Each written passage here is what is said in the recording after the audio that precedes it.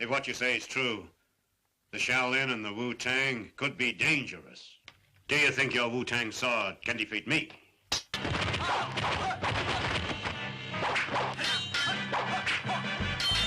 If you're a fan of hip-hop, underground art, or New York City culture, chances are these sounds may already be etched into your memory.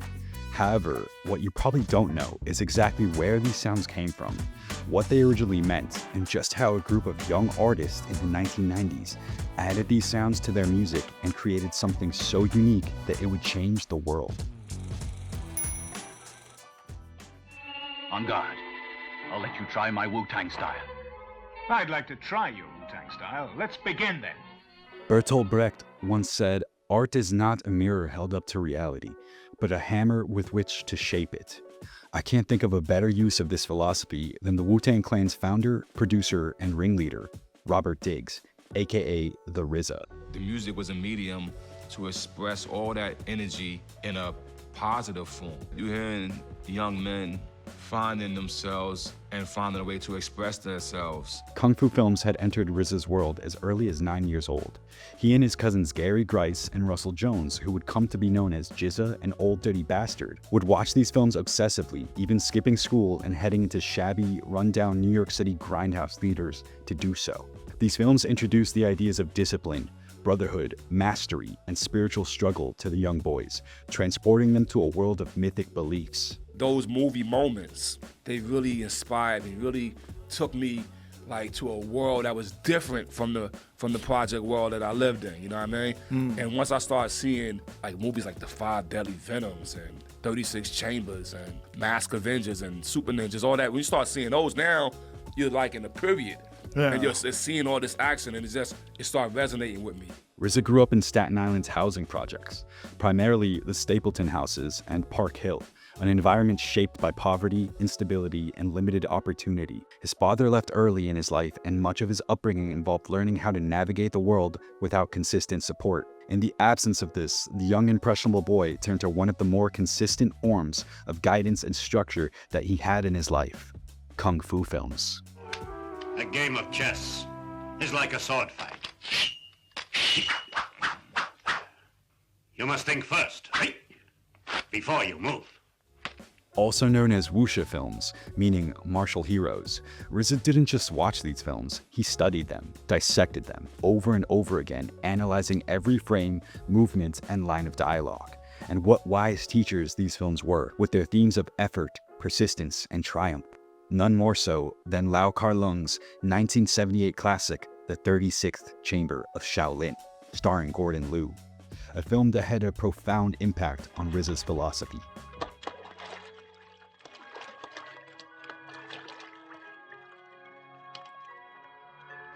The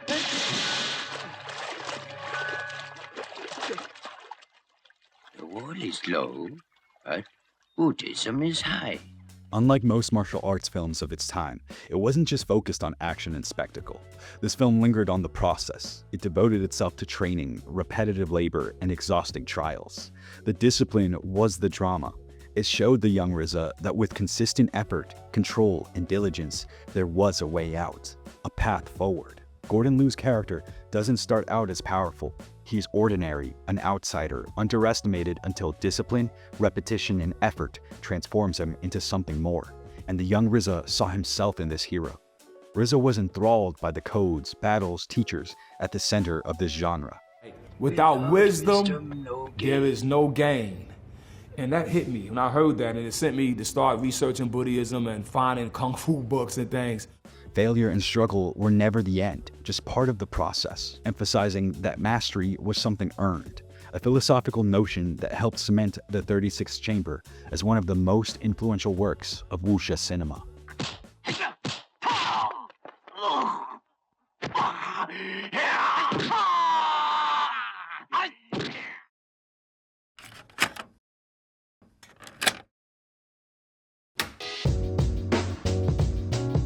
This philosophy would become instrumental when, in the late 1980s, the cousins RZA, Jizza, and Old Dirty recorded and performed under early group names like Force of the Imperial Master and All In Together Now Crew. experimenting with style and identity but gaining little traction beyond their immediate circle. Then, after a few more years of hustling in the underground New York hip-hop scene, RZA and GZA were signed to solo record deals in what looked like their big breakthrough.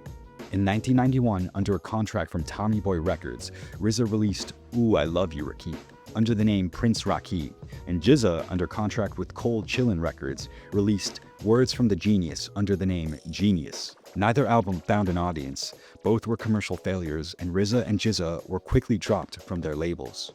The industry had denied them entry.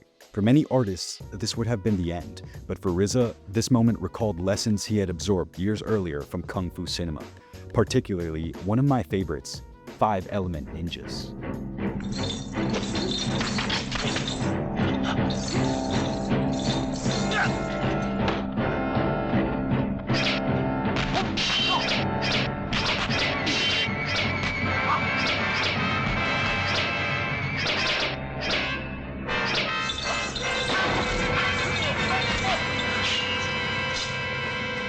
Released in 1982, 5-Element Ninjas is one of the most inventive films to come out of the Shaw Brothers era, the Hong Kong studio famous for its martial arts hits. On top of this film's amazing special effects, set design, and choreography, it also elevated the narrative elements of the genre, taking the familiar kung fu framework and turning it into something far more strategic. The ninjas aren't just villains, they're a system. Each one embodies a specific element: metal, wood, water, fire, and earth, each with its own fighting style, strengths, and weaknesses.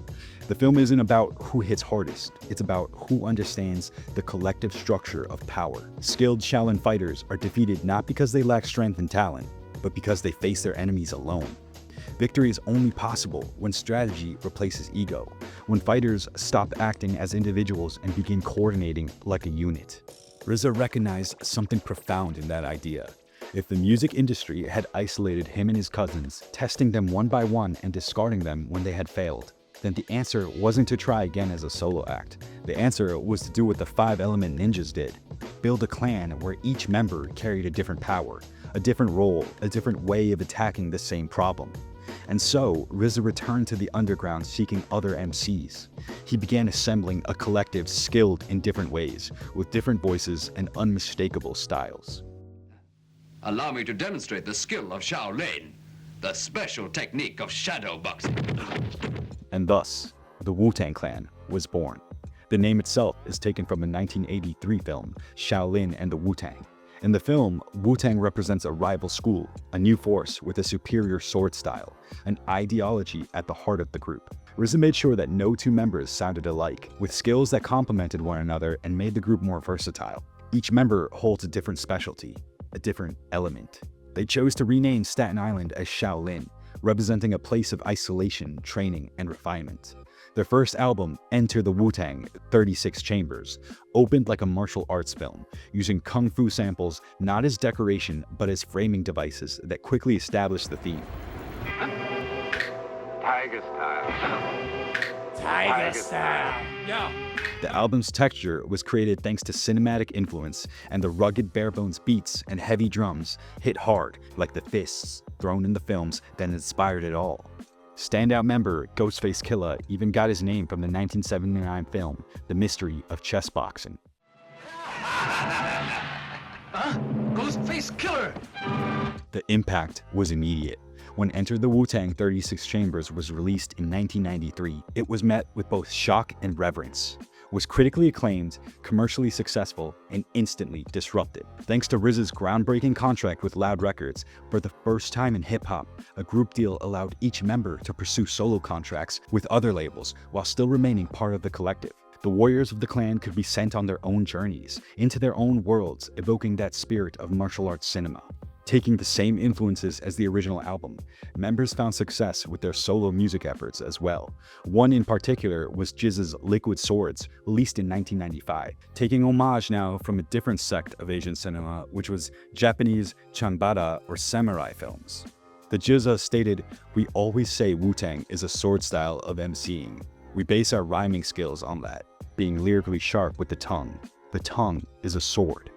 A film series that largely influenced this album and was even sampled on it several times is Kenji Masumi's legendary samurai series, Lone Wolf and Cub, particularly the American re-edit, Shogun Assassin, which is just a compilation of the first 2 films in the series.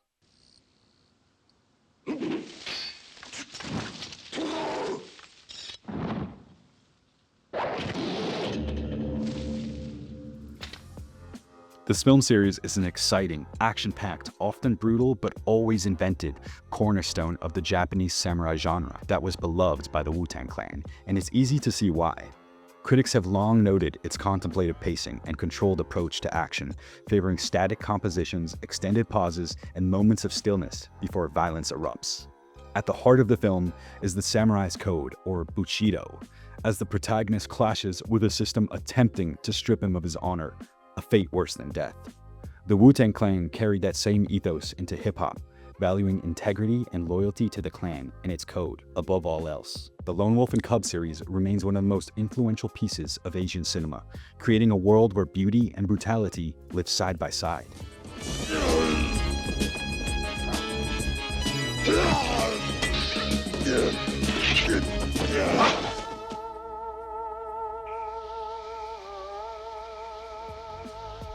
If Liquid Swords was Wu-Tang's samurai film, Raekwon the Chef's only built for Cuban Linx was its Hong Kong crime epic.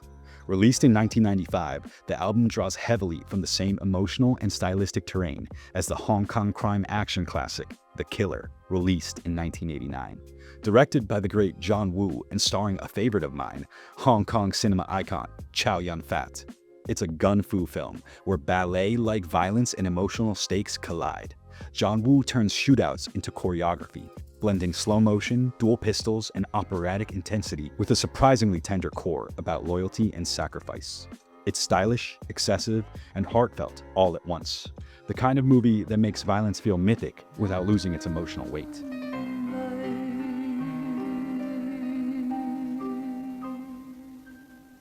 You sang beautifully just now.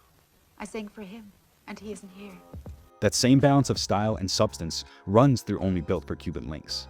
Like The Killer, the album is driven by loyalty and brotherhood, with Raekwon and Ghostface Killah moving as paired protagonists through a dangerous, morally compromised world, created by RZA's gritty and textured cinematic samples of gunfights and one-liners.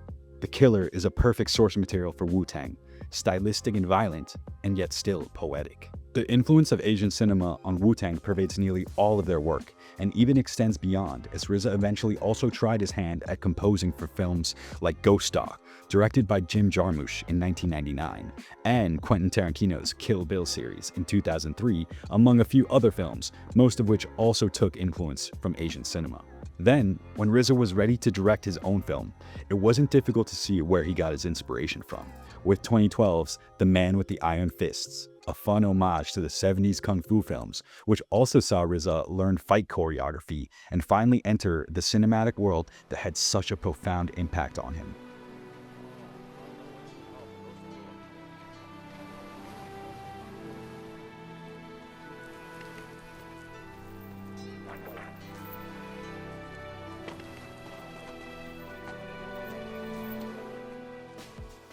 Wu-Tang Clan didn't just change hip-hop, they expanded its imagination. They proved that rap could be cinematic, philosophical, raw, and strategic all at once. Their influence can be seen in how groups are structured, how solo careers coexist with collectives, how mythology can live alongside lived experience, and how sound itself can carry an entire world. Wu-Tang showed that hip-hop didn't have to imitate the industry to survive. It could build its own system and force the world to adapt. I hope when young people hear this album, 36 Chambers, that they could find a morsel of inspiration or find a reflection or resonance of what they're going through. And even if they don't find a solution, they can realize they're not alone. And like many great creations, it didn't begin with a name, a symbol, or a mythos. It began with a young boy sitting in the darkness of a theater, mesmerized by the flickering images in front of him. An artist dazzled by an art that transported him to another world. And in that moment of awe and wonder, an idea took root. An idea that would last long after the stories and images on the screen had faded. An idea that shaped his life, gave him comfort, and provided the spark that he would use to change the world. We grew up on 42nd Street watching Kung Fu flicks on the Deuce. You know, we all know about that. Usually, like we spoke about Wu-Tang, man, when you deal with martial arts, Wu-Tang is a sword style of rhyming. All we did was apply the morals of the stories to our everyday life basis. The brotherhood, the trust, the respect, the honor, the discipline, and we just applied all that to everything we do, man.